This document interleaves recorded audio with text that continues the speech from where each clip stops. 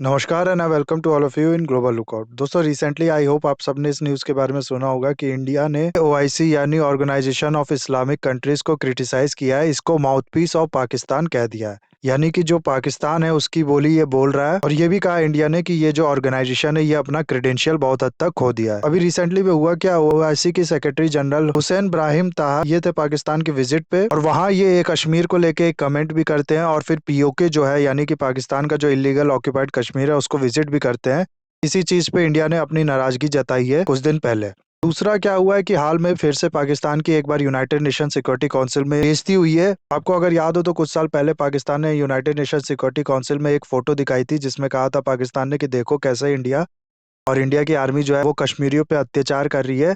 और बाद में पता चला कि वो जो फोटो थी वो इंडिया की नहीं बल्कि कहीं और की थी। तो काफी बेइज्जती हुई थी उस समय पाकिस्तान की, और इस तरह की बेइज्जती अक्सर उसकी होती रहती है। इस बार भी कुछ ऐसा ही हुआ है, लेकिन इस बार ये जो बेइज्जती है पाकिस्तान की ये उस लेवल की नहीं है, लेकिन उससे बहुत ज्यादा कम भी नहीं है। क्या हुआ है पूरा इशू हम लोग देखेंगे इस वीडियो में आगे। उसके अलावा हम लोग देखेंगे कि रिसेंटली पाकिस्तान की minister of state for foreign affairs Hina Rabbani Khan ने उल्टा कहा है कि इंडिया जो है वो टेररिज्म फैला रहा है पाकिस्तान में। और कुछ रॉ ऑफिशियल्स के इनने नाम भी दिए हैं कि जो इन्वॉल्व थे पाकिस्तान में टेररिज्म एक्टिविटी में। इस पे भी इंडिया ने अपना रिप्लाई दिया है। ये सारी न्यूज़ हम लोग अच्छे से देखेंगे इस वीडियो में। बहुत कुछ आप लोग को जानने को मिलेगा, बस आपको एंड तक बने रहना है। और अगर वीडियो अच्छा लगे तो लाइक कमेंट शेयर सब्सक्राइब जरूर करना है। तो सबसे पहले तो हुआ क्या, ओआईसी यानी कि ऑर्गेनाइजेशन ऑफ इस्लामिक कंट्रीज, ये एक ग्रुप है मुस्लिम कंट्री का। 1969 में इसको इस्टेब्लिश किया गया था। 59 मेंबर्स इसके हैं आज के टाइम में, जिसमें से 48 मेंबर जो हैं वो मुस्लिम मेजॉरिटी कंट्रीज है। बाकी मेंबर्स के अंदर भी मुस्लिम पॉपुलेशन है, लेकिन वो मेजॉरिटी में नहीं है। बेसिकली इसका काम है कि मुस्लिम लोगों के इंटरेस्ट और मुस्लिम वर्ल्ड का जो इंटरेस्ट है उसके लिए काम करना। और इस समय इसके सेक्रेटरी जनरल है हुसैन ब्राहिम ताहा। ये बिलोंग करते हैं चैद से, जो कि एक नॉर्थ सेंट्रल अफ्रीकन कंट्रीज है, लैंडलॉक कंट्रीज है। ये चैद की कैपिटल है एनदेजामेनो। ये क्या करते हैं, ये यहाँ से जाते हैं पाकिस्तान में, और इनकी जो विजिट होती है वो 10 दिसंबर से 12 दिसंबर तक की होनी थी। इस विजिट में ये दो ऐसे काम करते हैं जिसपे इंडिया इनको क्रिटिसाइज करता है। सबसे पहले तो ये कमेंट कर देते हैं कश्मीर जो है वो टॉप प्रायोरिटी है ओआईसी की। दूसरा, ये पीओके यानी पाकिस्तान ऑक्यूपाइड कश्मीर को भी विजिट करते हैं, और ये चीज भी इंडिया को पसंद में नहीं आती है। जाहिर सी बात है, ये जो पीओके का एरिया है ये डिस्प्यूटेड एरिया है, ये इंडिया का एरिया है, लेकिन इलीगली ऑक्यूपाइड करके रखा गया है पाकिस्तान द्वारा। तो ऐसे में कोई पर्सन बिना इंडिया के परमिशन के पाकिस्तान पासपोर्ट में इस एरिया में जाता है तो जाहिर सी बात है इंडिया को गुस्सा आएगा। और दूसरा, उनका जो ये कमेंट है कि ओआईसी कंट्रीज के लिए टॉप प्रायोरिटी है कश्मीर, इसके बारे में आपको बताऊं तो इंडिया का स्टैंड जो रहा है ना बहुत टाइम से, इंडिया ने 1972 में शिमला एग्रीमेंट साइन किया था पाकिस्तान के साथ, जिसमें दोनों कंट्रीज ने डिसाइड किया था कि जो भी ये इशू होगा कश्मीर का और बाकी का, हम लोग बायोलेटरली सॉल्व करेंगे, किसी भी और कंट्रीज को एंटर करने नहीं देंगे इसमें। और इंडिया आज भी इसी बात पे अड़ा है कि ये हमारा पर्सनल मैटर है, हम लोग बायोलेटरी इसको सॉल्व कर लेंगे, और कश्मीर जो है वो हमारा अभिन्न भाग है। लेकिन पाकिस्तान क्या चाहता है, पाकिस्तान चाहता है कि बाकी कंट्रीज भी इसमें इन्वॉल्व करें, इंडिया पे प्रेशर बनाए, और एक तरीके से प्रोपेगेंडा चलाता है उल्टे सीधे इंडिया के खिलाफ कि देखो इंडियन आर्मी यहाँ पर लोगों पे अत्याचार कर रही है। पाकिस्तान बात करता है यूनाइटेड नेशन सिक्योरिटी काउंसिल के रेजोल्यूशन के बारे में जो उसने कश्मीर के बारे में दिया था। लेकिन इस रिजोल्यूशन में भी अगर आप लोग बात करें तो ये डिसाइड हुआ था कि पहले पाकिस्तान की आर्मी ये जो एरिया उसने इलीगली ऑक्यूपाइड कर रखा है इससे पीछे हटेगी, फिर इंडिया भी अपनी जो आर्मी है वो यहाँ से कम करेगा बाकी कश्मीर के एरिया से, और उसके बाद पीस कीपिंग फोर्स यहाँ पर जाएगी और यहाँ पर फिर रेफरेंडम कराया जाएगा। फिर डिसाइड होगा कि कश्मीर पाकिस्तान के साइड जाता है या फिर इंडिया के साइड। लेकिन रियलिटी ये है कि पाकिस्तान कभी एग्री ही नहीं हुआ अपनी आर्मी पीछे हटाने के लिए, यानी कि पहला स्टेप ही कभी नहीं लिया गया, तो बाकी के स्टेप की तो बात ही मत करो। दोनों तरीके से, चाहे यूनाइटेड नेशन का रिजोल्यूशन हो गया या फिर जो हम लोग ने शिमला एग्रीमेंट साइन किया था 2 जुलाई 1972 में, उन दोनों पे ही पाकिस्तान एग्री नहीं करता। ये खाली चाहता है कि इंडिया को जितना ज्यादा बदनाम कर सके बाहर उतना कर देना चाहिए, ताकि जो मुस्लिम कंट्रीज हैं या फिर बाकी कंट्रीज जो है वो इंडिया पे प्रेशर बनाए और एक नया सॉल्यूशन नए तरीके से हम लोग कश्मीर पे अपना हक जमा सके। लेकिन पाकिस्तान की इसी चाहत ने पाकिस्तान को कहाँ लेके आके खड़ा कर दिया, ये सब हम लोग आज के टाइम में जानते हैं। तो ये सब हुआ है, इसीलिए सेक्रेटरी जनरल के विजिट पे इंडिया ने क्रिटिसाइज किया है ओआईसी को। इंडिया ने कहा है कि ओआईसी का कोई लोकस स्टैंडाई नहीं है इस डिस्प्यूट में। लोकस स्टैंडाई का मतलब आप ऐसे समझ लो कि किसी को कहना हो गया कि आप कौन हो तो बोलने वाले या सवाल करने वाले। मिनिस्ट्री ऑफ एक्सटर्नल अफेयर्स के जो स्पोक्स पर्सन है अरिंदम बागची, उनने कहा है कि कश्मीर जो है इंटीग्रल इनएलिएनेबल पार्ट है इंडिया का, और कोई भी ऐसा अटेम्प्ट इंटरनल मैटर में इंडिया के इंटरफेयर करने का ये अनअक्सेप्टेबल है। साथ ही साथ इंडिया ने यह भी कहा है कि ओआईसी जो है अपनी क्रेडेंशियबिलिटी खो चुका है, ऐसे ब्लैटेंटली कम्युनल, पार्टीशनल और फैक्चुअली इनकरेक्ट अप्रोच के कारण। और ओआईसी के जो सेक्रेटरी जनरल हैं वो एक तरीके से माउथपीस बन चुके हैं पाकिस्तान के। फिर इंडिया ने कहा है कि हमें होप था कि ये जो ओआईसी के सेक्रेटरी जनरल है वो कम से कम पाकिस्तान का जो टेररिज्म है या फिर उसका जो एजेंडा है उसका पार्ट नहीं बनेंगे, लेकिन वो भी इसका पार्ट बन गए। ओआईसी और इंडिया का जो रिलेशन है ना, ये बहुत ज़्यादा मिक्स रिलेशन है। कभी कभार आप लोग को ये सुनने को मिल जाएगा कि इंडिया भी ओआईसी का पार्ट बनेगा, क्योंकि इंडिया में भी बहुत ज़्यादा मुस्लिम पॉपुलेशन है। इंडिया थर्ड लार्जेस्ट कंट्री है विथ मुस्लिम पॉपुलेशन। कभी कभार आप लोग को देखने को मिलेगा कि ओआईसी कंट्रीज अगेंस्ट खड़ी है इंडिया के और इंडिया को क्रिटिसाइज कर रही है। ओआईसी ज्वाइन करने की बात बहुत टाइम से चल रही है इंडिया की, लेकिन पाकिस्तान इस चीज को बहुत ज्यादा अपोज करता है और हर बार इसको रोक देता है। पाकिस्तान एक बहुत बड़ा शेयर रखता है ओआईसी ग्रुप में, क्योंकि वो इसका फाउंडिंग मेंबर भी था। इसलिए इंडिया के पार्टिसिपेशन को इसके समिट में या इंडिया के ज्वाइनिंग ये ब्लॉक करने की कोशिश करता है हर बार। और ओआईसी की काफ़ी कंट्रीज़ भी इसको सपोर्ट करती हैं इस चीज़ में, लेकिन ऐसा नहीं है कि सारी कंट्रीज़ पाकिस्तान के साथ ही खड़ी रहती हैं। ओआईसी में बहुत सी कंट्रीज़, खासकर से जो ये अरब कंट्रीज़ हैं, मिडल ईस्टर्न कंट्रीज़ हैं, ये पूरी तरीके से पाकिस्तान का सपोर्ट नहीं करती हैं। 2019 में जब पुलवामा अटैक हुआ था तो इंडिया ने एयर स्ट्राइक किया था, आपको पता होगा, पाकिस्तान पे। उसके बाद ओआईसी कंट्रीज़ ने क्रिटिसाइज़ भी किया था इंडिया को कि इंडिया का ये जो एक्शन है एयर स्ट्राइक का, ये गलत है। फिर 2020 में जब कोरोना के टाइम में मुस्लिमों को ब्लेम किया जाने लगा था कोरोना फैलने के लिए, तो इस पे भी ओआईसी का स्टेटमेंट आया था, इंडिया के अगेंस्ट में बोला था ओआईसी ने।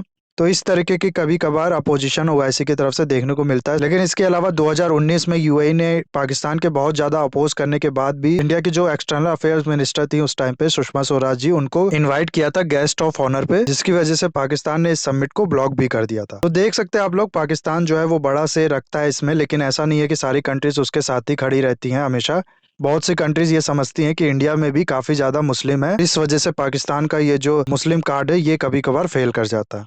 दूसरा, एक और तरीके की डेवलपमेंट हाल में देखने को मिली है कि इसी साल के शुरुआत में ओआईसी की एक फॉरेन मिनिस्टर की समिट हुई थी पाकिस्तान में, जिसमें पाकिस्तान ने स्पेशल गेस्ट के रूप में चाइना के फॉरेन मिनिस्टर को इनवाइट किया था। और चाइना के फॉरेन मिनिस्टर ने ये कह दिया था उस समिट में अपने स्टेटमेंट में कि चाइना जो है वो ओआईसी के साथ खड़ा है कश्मीर के इशू पे। इस पे भी इंडिया ने क्रिटिसाइज किया था चाइना के फॉरेन मिनिस्टर को और ओआईसी को। तो इस समय देखने को क्या मिल रहा है कि पाकिस्तान जो है वो चाइना और ओआईसी को कनेक्ट कर रहा है, और इंडिया जो है वो अपनी मुस्लिम पॉपुलेशन होने की वजह से ओआईसी से कनेक्ट हो रहा है। तो में एक तरीके का ब्रिज बनता जा रहा है और दोनों इंडिया और चाइना के बीच में कंपटीशन हो रहा है ओआईसी का सपोर्ट पाने के लिए ना। ये तो थी ओआईसी की बात। दूसरा हुआ क्या है कि यूनाइटेड नेशन सिक्योरिटी काउंसिल में आप लोग को पता होगा टोटल 15 मेंबर होते हैं, जिसमें से 5 मेंबर जो होते हैं वो परमानेंट मेंबर होते हैं। P5 कंट्रीज जो पावरफुल कंट्रीज है वो ये 5 परमानेंट मेंबर होती हैं, इनके पास वीटो पावर होता है। बाकी के 10 मेंबर जो होते हैं वो 2 साल के लिए चूज किए जाते हैं जनरल असेंबली से। हर साल जो है 5 मेंबर इसमें से रिटायर हो जाते हैं और फिर से नए मेंबर जनरल असेंबली से चूज करके भेजे जाते हैं। इस समय क्या हाल है कि इंडिया भी मेंबर है यूनाइटेड नेशन सिक्योरिटी काउंसिल का। इन 10 में से इंडिया भी एक मेंबर है, और साथ ही साथ दिसंबर के लिए इंडिया जो है वो प्रेसिडेंट भी है यूनाइटेड नेशन सिक्योरिटी काउंसिल का। ये जो प्रेसिडेंटशिप होती है ना, ये यूनाइटेड नेशन सिक्योरिटी काउंसिल के जो मेंबर होते हैं उनके द्वारा 1 मंथ के लिए होल्ड की जाती है। उनका जो नाम होता है उसके अल्फाबेटिक ऑर्डर में। क्योंकि इंडिया इस समय प्रेसिडेंट है, इसलिए इंडिया ने एक मीटिंग बुलाई थी जिसका टॉपिक था कि maintenance of international peace and security, new orientation और रिफॉर्म मल्टीलेटरलिज्म। तो बेसिकली इस मीटिंग में बात होनी थी पीस और मल्टीलेटरलिज्म के बारे में और इसके रिफॉर्म के बारे में। मल्टीलेटरलिज्म आपको पता होगा कि 2 लोग मिलकर जब कोई ग्रुप बनाते हैं उसको बायलैटरल कहते हैं या बायलैटरलिज्म कहते हैं, और 2 से ज्यादा लोग जब मिलकर कोई ग्रुप बनाते हैं उसे मल्टीलेटरलिज्म कहते हैं। इस समय सबसे बड़ा मल्टीलेटरलिज्म का ग्रुप जो है वो यूनाइटेड नेशन है, हम सबको पता है 198 मेंबर है इसमें, और इसी के रिफॉर्म की हाल में बात चल रही है। और हुआ क्या कि पाकिस्तान के बारे में हम सब जानते हैं कि उसकी बेशर्मी की कोई हद नहीं है, वो हर चीज में कश्मीर का इशू घुसा ही देता है।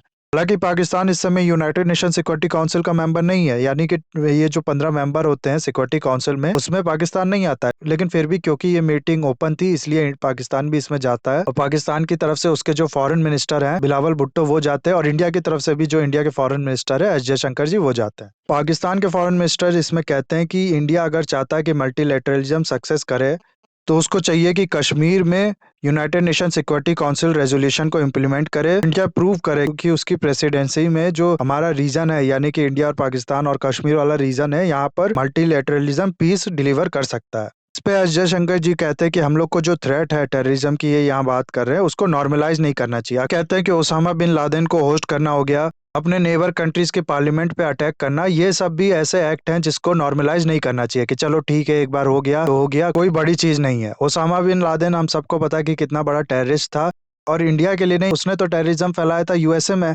तो इंडिया का ये जो स्टेटमेंट है कि इस तरीके की चीज़ों को नॉर्मलाइज नहीं करना चाहिए, ये केवल इंडिया ही के लिए नहीं बल्कि पूरी वर्ल्ड के लिए, उसकी सिक्योरिटी के लिए सही है। ये कहते हैं कि इस तरीके के एक्ट करने वाली कंट्री, यानी कि ओसामा बिन लादेन को होस्ट करने वाली और पार्लियामेंट पे अटैक करवाने वाली, ये सब एक्ट करने के बाद किसी कंट्री को क्रेडेंशियल नहीं हासिल हो जाता कि वो यूनाइटेड नेशन सिक्योरिटी काउंसिल में और लंबी लंबी बातें करे, सिक्योरिटी की बातें करे, मेंटेनेंस की बातें करे, पीस की बातें करे और ज्ञान बांटे।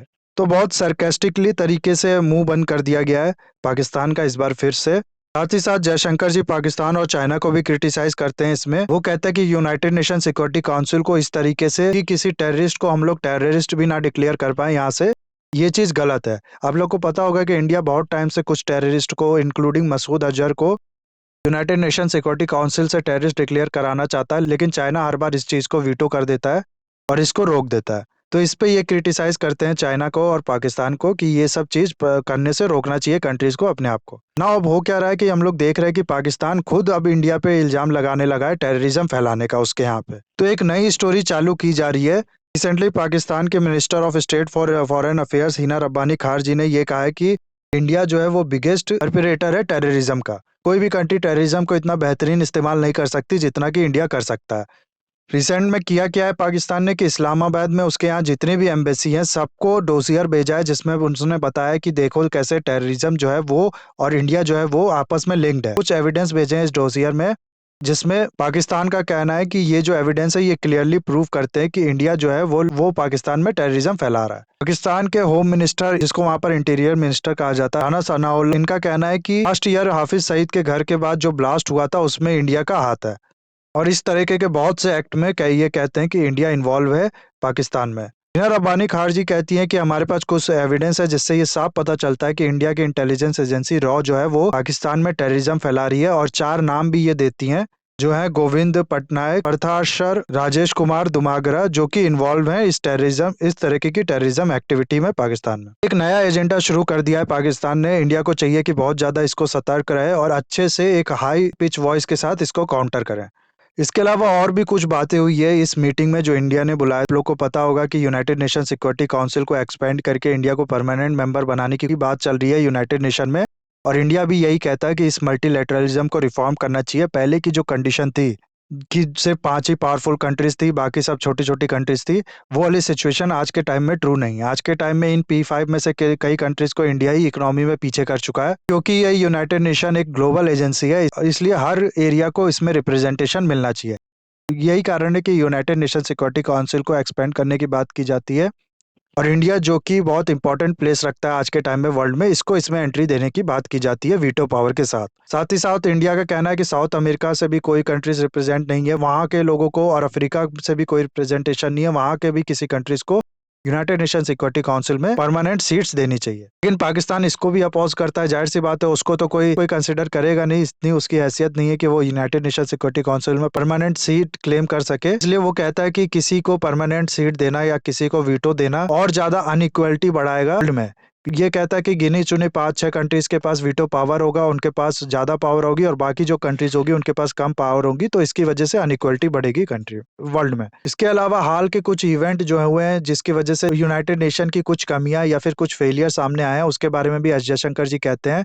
एस जयशंकर जी का कहना है कि रशिया यूक्रेन वॉर की वजह से हो गया या फिर कोविड की वजह से हो गया कि जो पुअर नेशन है उन पे बहुत बुरा असर पड़ा है। फूड फर्टिलाइजर हो गया या कोविड के टाइम पे वैक्सीनेशन हो गया, ये यूनाइटेड नेशन जो है वो सक्सेसफुल नहीं हो पाया टाइम पे डिलीवर करने में या अरेंज करने में इन कंट्रीज के लिए। और डेवलप्ड कंट्रीज को इसमें स्टैंड लेना चाहिए, लेकिन उन लोगों ने भी नहीं किया। लेकिन इंडिया ने अपनी जो वैक्सीन है वो पहुंचाई कर जगह जगह कंट्रीज में, जिसकी वजह से काफी प्रेज भी मिला इंडिया को। तो ये सब बातें हुई guys United nation security council में, और पूरा जो टॉपिक है इंडिया और पाकिस्तान में आजकल क्या चल रहा है वो मैंने कवर कर दिया इस वीडियो में। आई होप वीडियो आपको अच्छा लगा होगा। इसे लाइक कमेंट शेयर सब्सक्राइब जरूर कीजिएगा। That's all, have a nice day, take care.